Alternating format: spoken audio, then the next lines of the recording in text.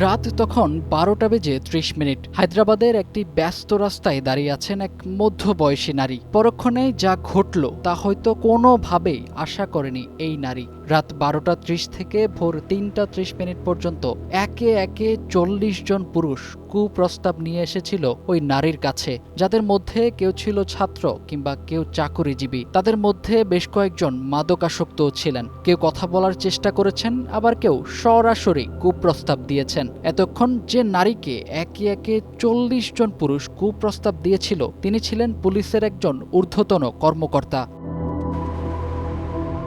ঘটনাটি ঘটেছে ভারতের হায়দ্রাবাদের মালকাজগিরির পুলিশ কমিশনার ভি সুমতির সঙ্গে। মাত্র ৩ ঘন্টার সেই ছদ্মবেশ অভিযানে যে অভিজ্ঞতার মুখোমুখি তিনি হয়েছেন, তা নতুন করে প্রশ্ন তুলছে নারীদের নিরাপত্তা নিয়ে। ভারতীয় সংবাদ মাধ্যমের প্রতিবেদন অনুযায়ী কোনো পুলিশি নিরাপত্তা বা পরিচয় ছাড়াই রাত ১২টা ৩০ থেকে ভোর ৩টা ৩০ পর্যন্ত একটি বাস স্ট্যান্ডে একা দাঁড়িয়েছিলেন এই নারী আইপিএস কর্মকর্তা। উদ্দেশ্য ছিল গভীর রাতে একজন নারী হিসেবে শহরের রাস্তায় কী ধরনের পরিস্থিতির মুখোমুখি হতে হয় তা নিজ চোখে দেখা।